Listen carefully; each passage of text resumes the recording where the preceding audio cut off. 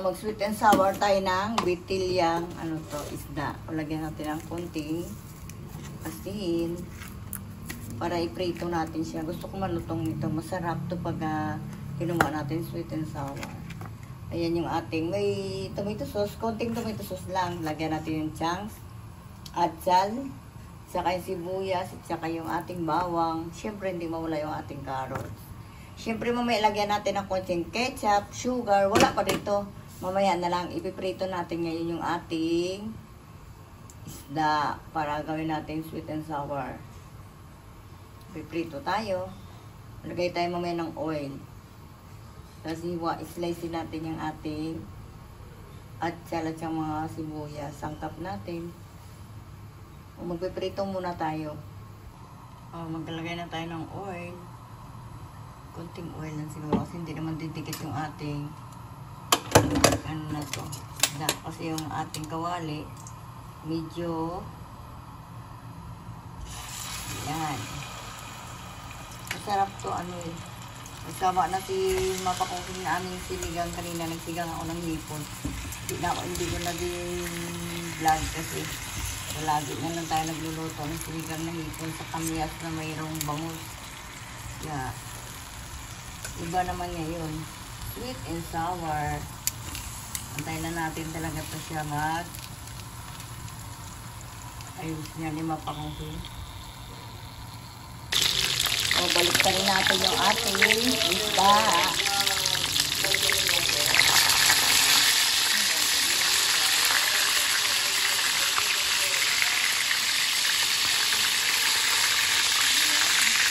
Ang sarap ng ating isda kasi hindi talaga siya magpipit.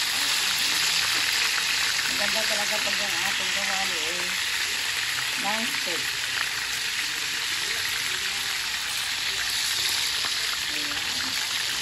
Kaya pagawin natin sweet and sour nilata, chicken. O, balikan natin yan. Gagawa tayo ng sauce.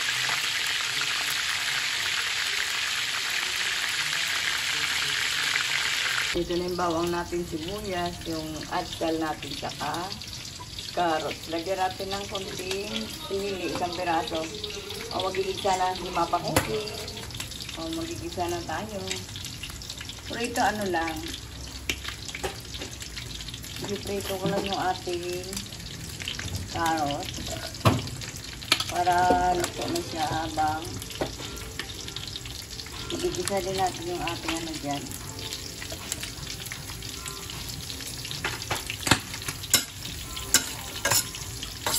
Para pag binigay na natin mamaya, ibabaw na lang natin.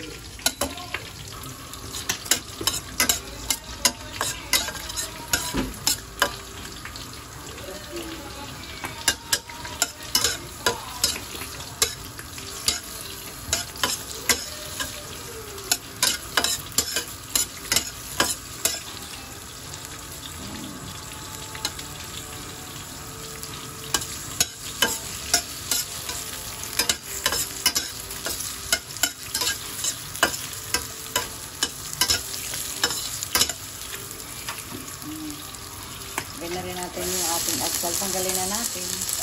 Pagkatapos nito.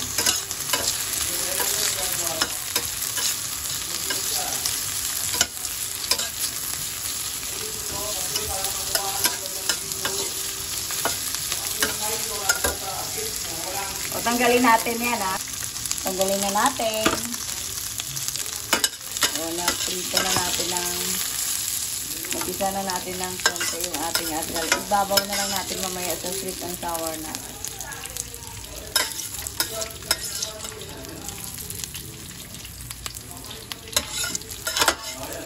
So, gigisa na natin yung ating bawang.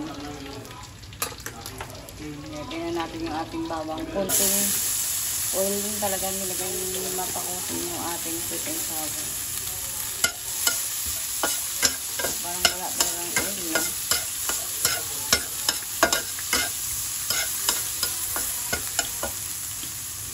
Dagdagan na natin. Yay! Kunting-kunti lang talaga. Ayan.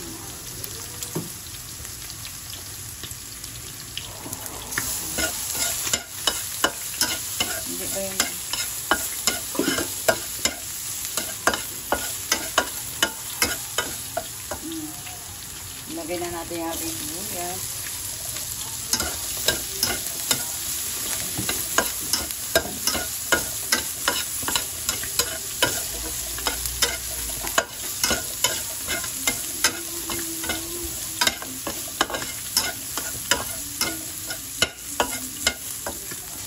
Balik tayo. O, lagay na natin yung ating tomato sauce konti. Saka yung ating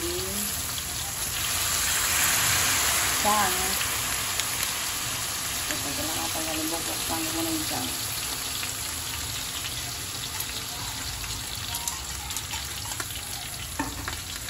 Nilagyan muna natin na ang cornstarch.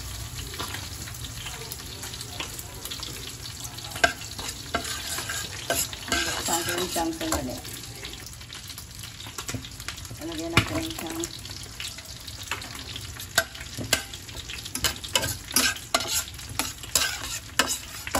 Siyempre hindi mawala yung water. Ayan, konting water.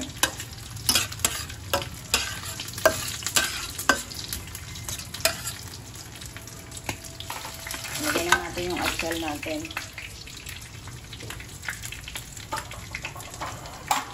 Siyempre hindi mawala yung ketchup natin. Konting toyo.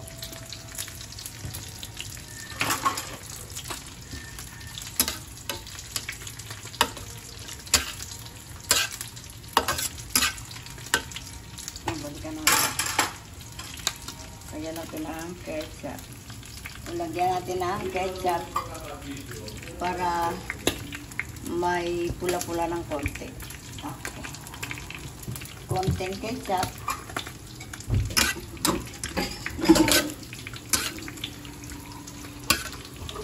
Oh, sweet and sour lang talaga yung ating sauce natin. Hindi naman sobrang lapot.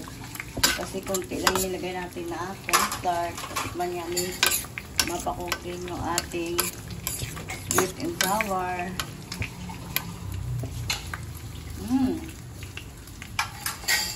Maasim-asim lang konti. Lagyan natin ng konting sugar. Dahil pa nga ang sugar ng konti. Lagyan natin ng konting sugar. Kasi medyo konting sugar lang talaga. Ayan. Tapos, konting asin. Ayan. Dalawa lang ng sukat-sukat si mapakukin. O, kainan na tayo. Tikman na natin. Ang sarap. Kainan na. Plate lang ni mapakuking. Okay na yung ating sauce. Okay na yung ating sauce ni mapakuking. Lagay natin sa plate na yung ating bubusan ni mapakuking. Ayan. Ang sarap ng ating. Hindi ko ubos. Kasi yung mga anak mamaya may sauce na sila. O, diba? Ang ganda ng plate ni mapakuking. Yung ating sweet and sour. Ang sarap-sarap. Sauce na. Ulam na. Okay na.